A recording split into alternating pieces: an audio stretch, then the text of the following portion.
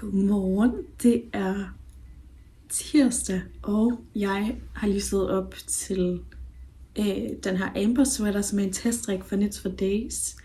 Og det er i det blødeste, sådan fluffy alpaca garn fra Vallø. Og som man kan se, så har jeg rullet det op igen, fordi jeg slog op på en pin 8, og kunne så se, at den var helt gal med strikkefastheden. Så nu er jeg lige gået en pin ned, så jeg er på pin 7, og det ser allerede meget bedre ud. Altså det virker meget mere rigtigt i strikkefastheden. Så det tegner til at blive godt, og den her farve, den er bare gudesmuk. Jeg har ikke noget i en farve, der minder om den her, men da jeg så den i farveudvalget, så tænkte jeg bare, at den måtte jeg have i mit skab. Så jeg tænker, at jeg lige kan nå at strikke lidt mere på den her, inden at jeg om en times tid skal have noget frokost og ud af døren. Men ja, lad os se, hvor langt jeg kan nå på den lille time i hvert fald. Jeg håber da lige at kunne få færdiggjort vendepindene og sådan komme i gang med udtagningerne sådan på ærmet. Det er jo sådan en sadelskulder-agtig konstruktion, der er på. Så til at starte med bliver der kun lavet udtagninger sådan på hver side af, altså så der ligesom er x antal masker, der forbliver det samme, og så laver man udtagninger hernede til, og så går det over til, at man ligesom laver udtagninger fra ærmet, så det ligesom også vokser ud. Så det tror jeg bliver så fint, og jeg tror, den virkelig kommer til at passe godt. Men jeg vil i hvert fald gå i gang med at strikke lidt på den her nu.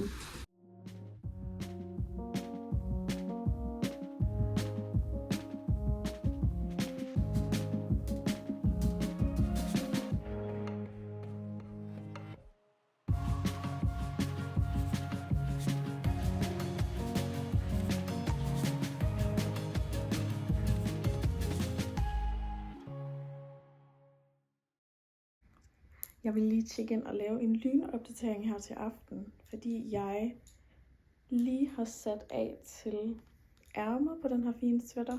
Den vender den forkerte vej. Sådan der. Lidt svært at se, fordi den er på en lidt mindre wire.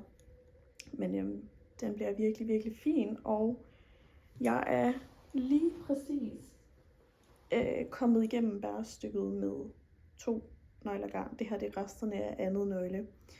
Så det går stærkt derudad, men det giver jo så nok også lidt sig selv, fordi det er på en pin 7, men jeg tror virkelig på, at det bliver godt, og at den bliver lynhurtigt færdig. Nu kommer der lige en lidt bane i baggrunden.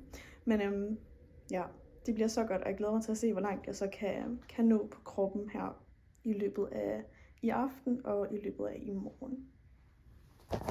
Godmorgen her fra sengekanten. Det er blevet onsdag, og i går aftes, der nåede jeg simpelthen også i mål med nøgle nummer 3, så jeg er nået et godt stykke på kroppen på den her, og den bliver, altså jeg har sagt det så mange gange, men den bliver så god.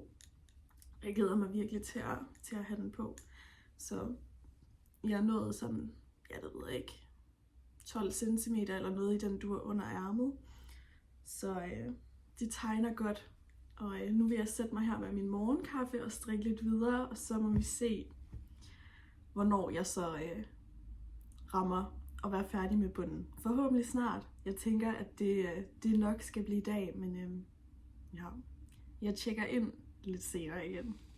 Nå, klokken den er blevet lidt mere. Der er gået et par timer, og jeg ved ikke, hvor meget man kan fornemme det, men jeg har fået strikket en del mere på kroppen her, så jeg mangler 4 cm cirka, så er kroppen også færdig, og det tænker jeg snilt, jeg kan nå i dag. Og så håber jeg også at få lavet i-cord-kanten, der skal være nede i bunden, så jeg kan starte på ærmerne her i aften måske. Det vil være ideelt i hvert fald, synes jeg.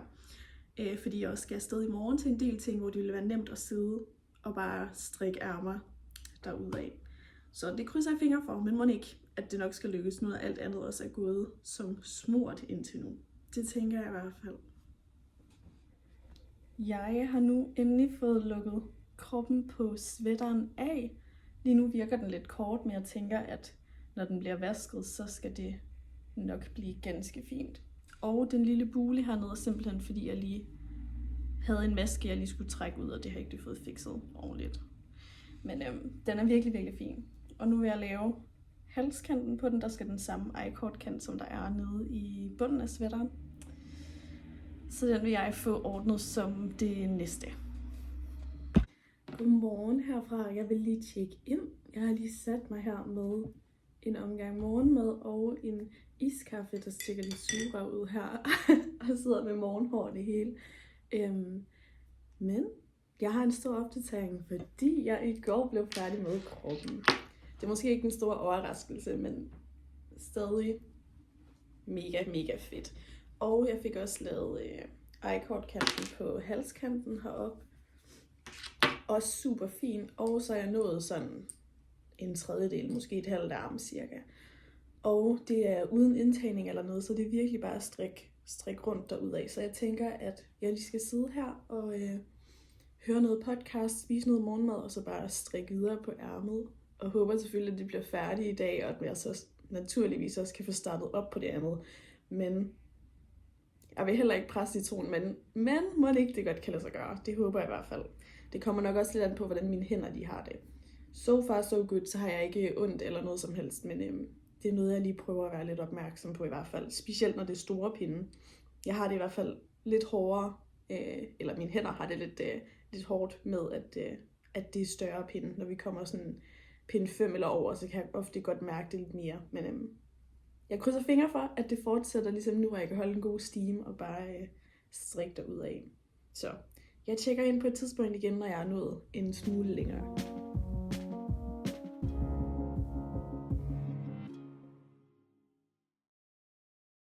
Jeg fik slet ikke lavet en opdatering senere i går, fordi jeg simpelthen glemte det, og så tog jeg afsted til kor, hvor jeg sad og strikkede lidt i ventetiden inden, og direkte efter tog jeg over og havde sådan en fællesspisning sammen med 2 veninder, og der sad vi også og strikkede.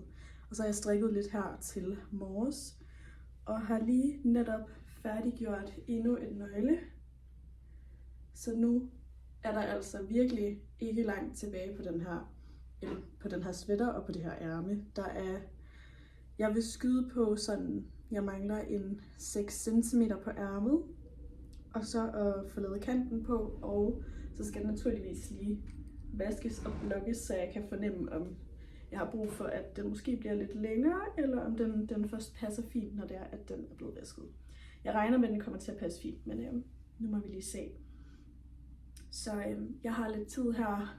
Jeg har været ude af døren og har været tilbage i nattøjet, og jeg har som sagt lidt tid, inden at jeg skal afsted her i eftermiddag hjem til min familie.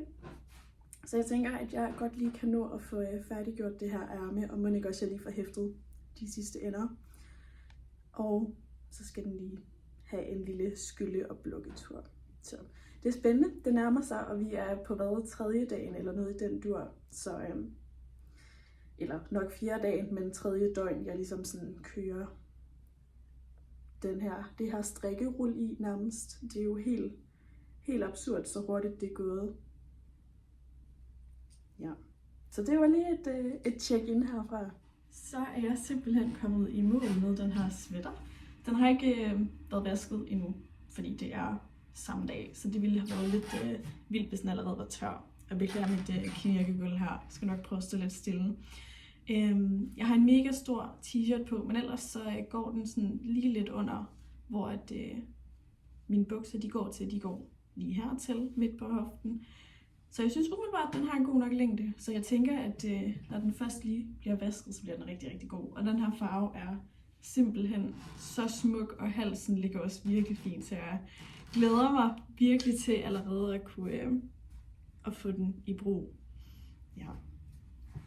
Men lige endnu en update herfra. Jeg har fået vasket og blokket min sweater og det hele, og synes egentlig godt lige, at den kunne bruge 1,5 centimeter mere, måske endda 2 på kroppen. Så jeg er simpelthen ved at samle op. Det jeg har tænkt mig at gøre, det er at samle 2 rækker op. Så en række her, så en række jeg ikke samler op i, og så er det så den anden række under den jeg vil samle op nu, som jeg også samler op i. Og så klipper jeg simpelthen op imellem dem, får strikket det ekstra jeg kunne tænke mig, og så syr jeg dem sammen med maskesting, sådan så man slet ikke kan se, at det har været klippet op. Jeg kunne også vælge at klippe I-cord-kanten op, men det synes jeg selv er mere bøvlet, så nu laver jeg simpelthen den anden løsning her, fordi det i mit hoved virker mere overskueligt. Så jeg har ikke gjort det før, men jeg tænker, at det skal nok ende ganske fint. Og så tjekker jeg lige ind, når jeg har fået samlet op og begynder at klippe hul imellem de 2 rækker, tænker jeg. Jeg har nu fået samlet op på ligesom hver side hele vejen rundt af en omgang, og skal til at klippe op i midten. Det er lidt spændende. Jeg har et enkelt sted lige opdaget, at jeg har samlet op for tæt på, så sådan i den forkerte, så der har jeg bare lige sat en maskemarkør i, sådan så at masken stadigvæk ikke kan løbe nogen vegne. Men ellers så synes jeg altså, det gik som smurt, og det gik relativt hurtigt. Så nu vil jeg simpelthen bare give mig i kast med at klippe op her i midten.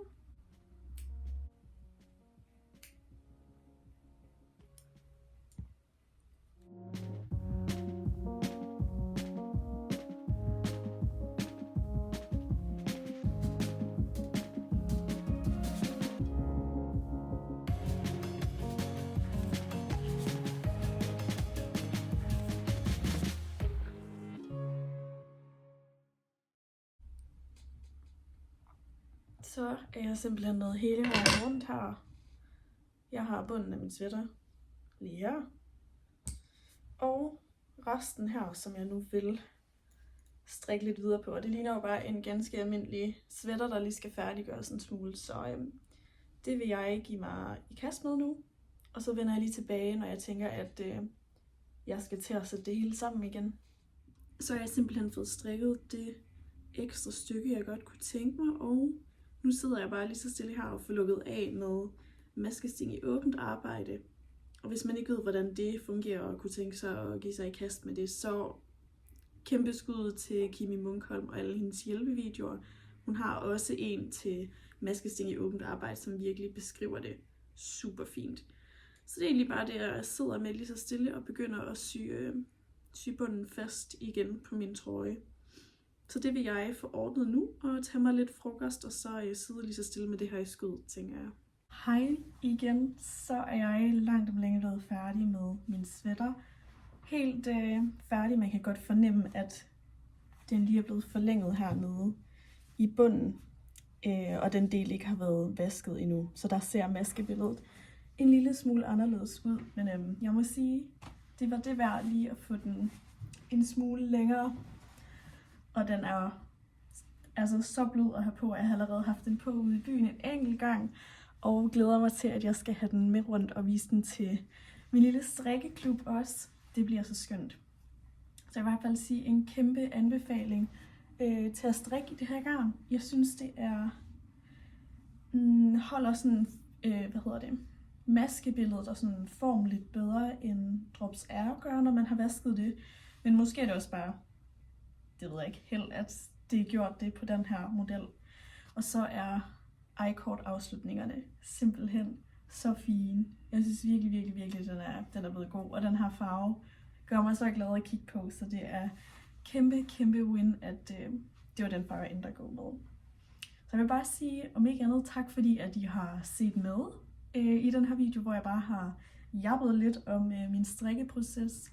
Og så håber jeg, at I også vil se med en anden gang. Hvis I kunne tænke jer det, så kan I i hvert fald få hoppet ned i bunden her og få trykket subscribe på kanalen. Det vil i hvert fald gøre mig mega glad.